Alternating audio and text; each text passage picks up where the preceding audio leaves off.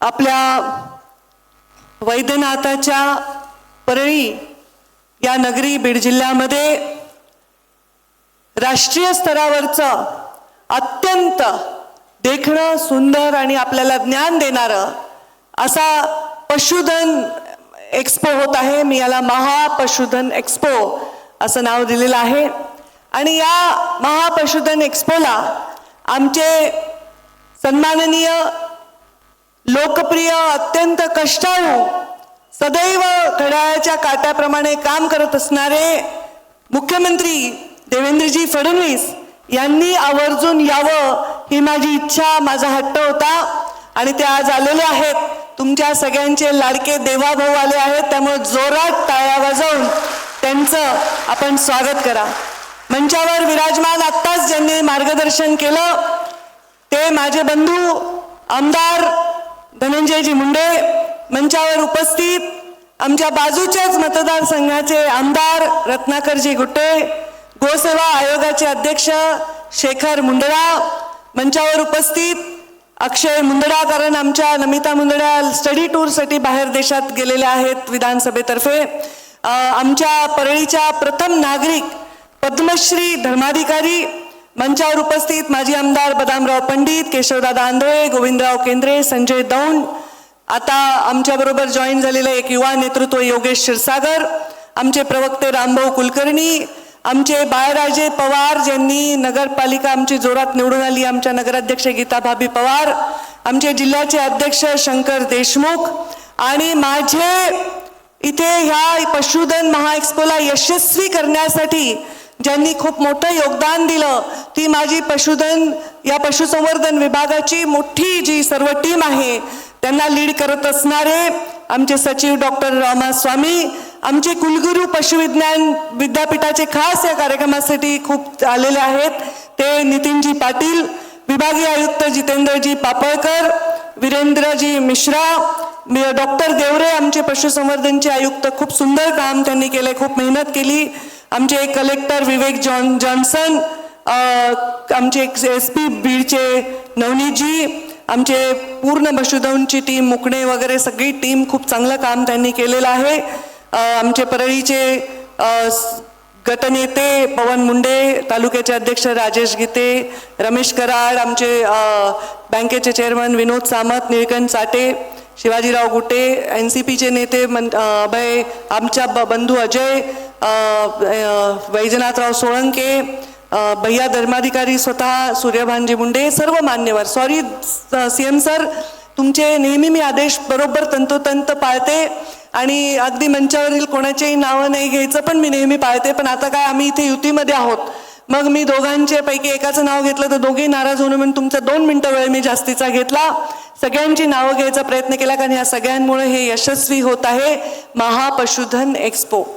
मला जेव्हा सन्माननीय मुख्यमंत्र्यांनी ग्रामीण विकास खातं दिलं होतं तर मला वाटत होतं की मी जरा बहुतांश शहरात वाढले असल्यामुळे मला ग्रामीण विकास करता येणार नाही, तर त्यांनी मला रात्री उशिरा फोन करून मला सांगितलं, पंकजा तुला जलसंधारण आवडतं, मी त्याला जलसंधारण जोडत आहे आणि मी त्यांचे आभार मानेन की त्यांच्यामुळे जलयुक्त शिवार या योजनेमध्ये काम करण्याचं भाग्य मला मिळालं आणि त्याचमुळे माझा दुष्काळग्रस्त बीड जिल्हा जो 2-2.5 हजार टँकरनी तिथे पाणी पुरवठा व्हायचा तो आज टँकर शून्य झाले, टँकर मुक्त झालेला आहे, याच्याबद्दल मी त्यांचे खूप आभार मानते।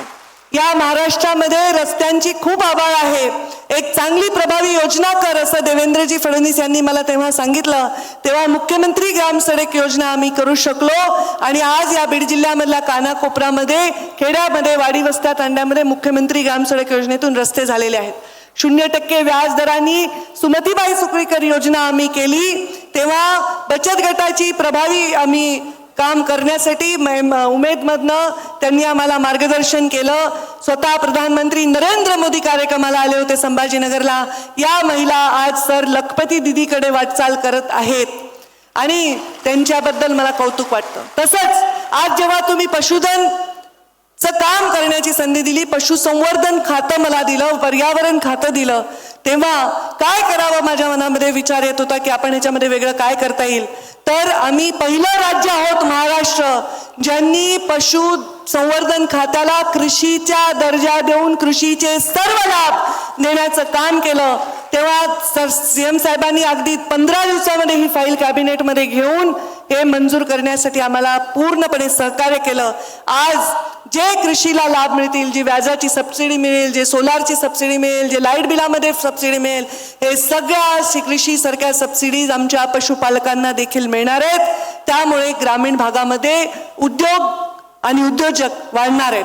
मी सन्माननीय मुख्यमंत्र्यांना विनंती केली आहे की या पशुधन एक्स्पोमध्ये मी आपल्याशी वेळोवेळी चर्चा केल्याप्रमाणे मुख्यमंत्री ग्रामीण पशुधन उद्योजक अशी आम्ही योजना आणू इच्छितो, जेणेकरून ग्रामीण भागातील जीन पॅन्ट तरुण टी शर्ट घातलेला गॉगल घातलेला तरुण उद्योजक होईल. कुणासमोर शहरात जाऊन कुठे ड्रायव्हरची नोकरी करतो, कुठे क्लर्कची नोकरी करतो म्हणून हात पसरण्यापेक्षा तो तरुण स्वतः 4 लोकांना नोकऱ्या देऊ शकेल अशा प्रकारची उद्योजकाची स्कीम आपण आणली पाहिजे. पशुधन खातं माझ्याकडे आहे.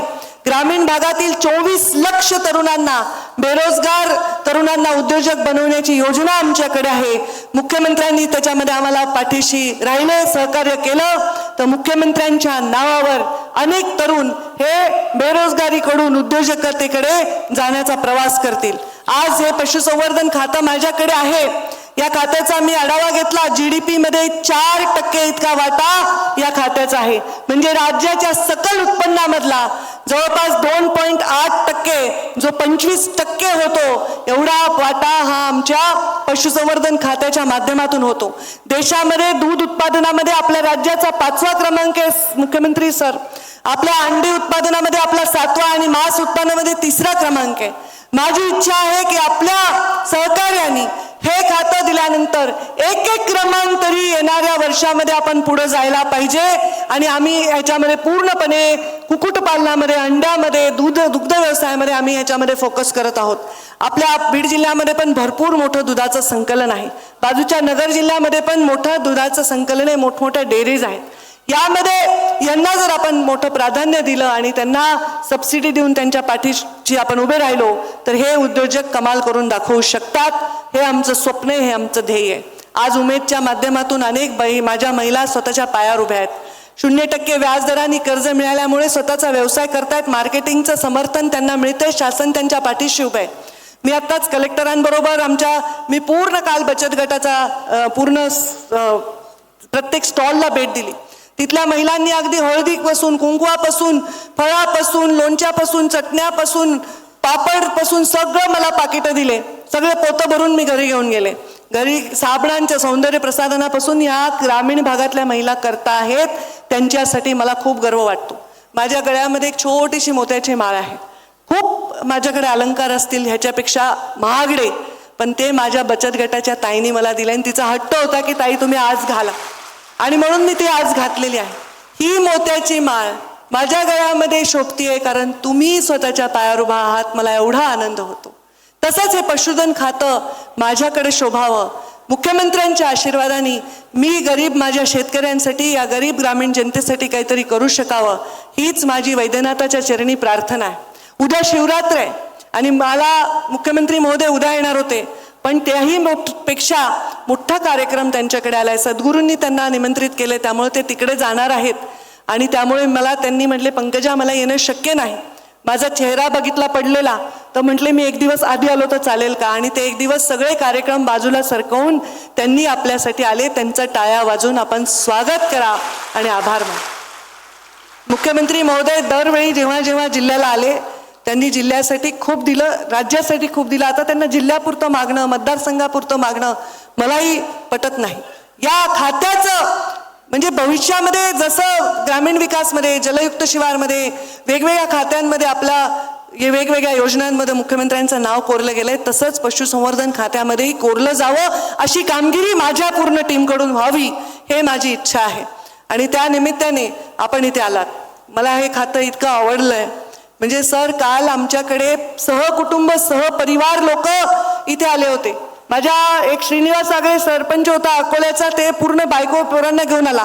आमचा पप्पू चव्हाण तांड्यावरचा आमचा फार मोठा जिल्ह्याचा नेता आहे, आमच्या तांडा सुधारचा अध्यक्ष आहे, बायका पोरांना घेऊन आला. अनेक कार्यकर्ते सहकुटुंब सहपरिवार इथे आले हे पशुधन बघण्यासाठी.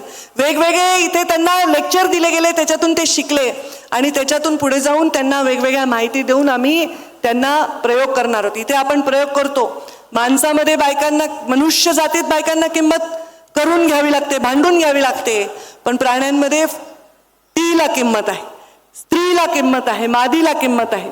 त्यामुळे आता असे प्रयोग करतो. आमचा गोसेवा आयोग आहे, मुंदडाजी काम करतात, त्या गर्भामध्ये असे प्रयोग करू की त्याला गायच झाली पाहिजे, तिला म्हणजे स्त्री जातीची मादीच झाली पाहिजे, अशा प्रकारचा प्रयोग करतो. तिथे ते परिस्थिती आहे. तसेही प्रयोग आपण यशस्वी करून दाखवलेले आहेत. म्हणजे गाय होईल दुभती गाय. हंबरून वासराला चाटते जेव्हा गाय, तेव्हा तिच्यामध्ये मला दिसते माझी माय. हे शब्द मला आज हे भावना आमच्या या पशुधनाविषयी आमच्या लोकांच्या आहेत. काल जेव्हा आम्ही त्यांना हात लावत होतो, लेकरांपेक्षा सुंदर यांना ठेवलेले आहेत. ताई, आम्ही यांची खूप काळजी घेतो, आम्ही स्वच्छ ठेवतो, जीव लावतो, औषध देतो, त्यांना खुराक देतो. म्हणजे एखादा पहिलवान लेकरू घरातलं कसं पाळतात तसं एखादा बैल पाळलाय. काय सुंदर इथे एक एक प्राणी आलेले आहेत. ते बघून मला खूप खूप बरं वाटलं आणि ह्याच्यात खूप काही करण्यासारखं आहे. ह्याच्याबद्दलचा माझा आत्मविश्वास दुणावला आणि आता मुख्यमंत्र्यांनी एवढ्या घाईगडबडीत येऊन या आत्मविश्वासाला खूप चांगली सोनेरी कळा दिली आहे. मला पूर्ण विश्वास आहे की येणाऱ्या बजेटमध्ये पशुधन खात्याच्या माध्यमातून मुख्यमंत्री गावागावातल्या शेतकऱ्याच्या, पशुपालकांच्या हृदयावर स्वार होतील आणि त्यांचे आशीर्वाद जिंकतील आणि त्यांना शिवाचे, आमच्या महादेवाचे आशीर्वादही मिळावे. उद्या शिवरात्रीनिमित्त माझ्या या पशुपालकांना खूप खूप चांगले दिवस यावे, हीच मी या निमित्ताने माझी इच्छा प्रकट करते आणि माझ्या वाढत चाललेल्या या भाषणाला मी थांबवते आणि माझ्या वाणीला विराम देते. धन्यवाद. जय हिंद, जय महाराष्ट्र.